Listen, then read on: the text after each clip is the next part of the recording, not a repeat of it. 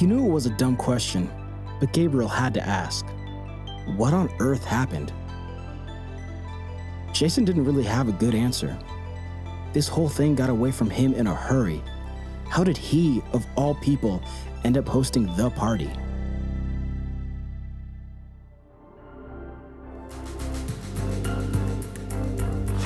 This is not a party. This is the party. Once a year, this infamous rager gets thrown, and every year, something crazy happens.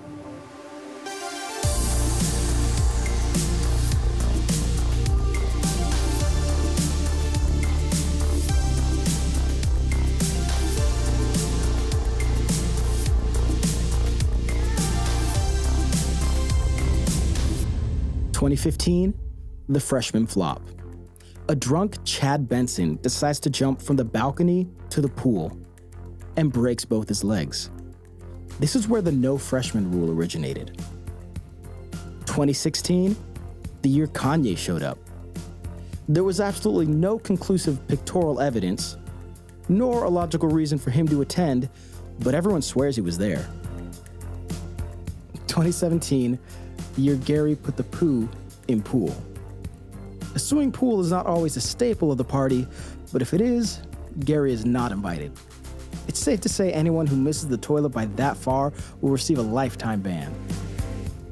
So because of the propensity for disaster, a few simple rules were developed to preserve the integrity of the party. Rule number 1, as mentioned before, no freshmen. They just can't keep it together when under the influence. Rule number 2, no parental knowledge. If your parents find out beforehand, you can't come. Keep it on the DL and you'll be fine. But if you're the one whose parents show up to haul you out of the party, you should probably transfer schools.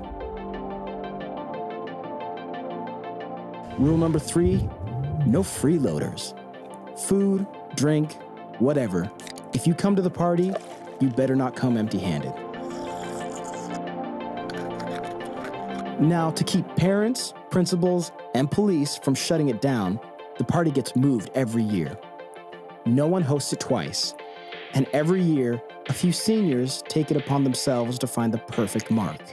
Some sucker no one would ever expect to host the party, and convince him or her to do so. Enter Jason. Jason was the church kid, always talking about Jesus, being nice to everybody, that guy. He would never even attend the party, much less host it. Until Lexi. Lexi was a senior and kind of a soccer groupie. I guess she liked their calves. She noticed Jason seemed into her and figured she'd have some fun flirting with him. No harm, no foul. But as the end of the year got closer, the party still didn't have a home for that year. Lexi and a couple of her friends realized it would be the most epic con in history to get Jason, the church kid, to host the party. So Lexi turned up the flirting and the charm, and eventually, she and Jason were sort of a thing. At least he thought so. Then she started dropping hints about the party. Of course, he was resistant at first, but Lexi can be very persuasive. She kept working on him, breaking down his arguments against the idea, and then fate intervened.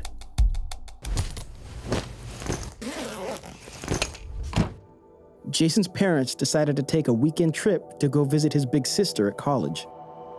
Lexi saw her opening. She threw everything she could at him. She promised him she would be there and would keep things from getting out of control. She even tried to calm his uneasiness about the spiritual implications of hosting the most morally bankrupt party of the year. He could provide a safe place for kids to do what they were gonna do anyways, and he could talk to drunk people about Jesus. They would be a captive audience. So on the night of the party, Jason answered the door and immediately realized the magnitude of the situation. As the kids and the booze started flowing through the door, Jason realized there was no turning back. This was happening, and only time would tell just how bad it would get. Unfortunately for Jason, he never would have imagined just how bad his involvement in all this would become.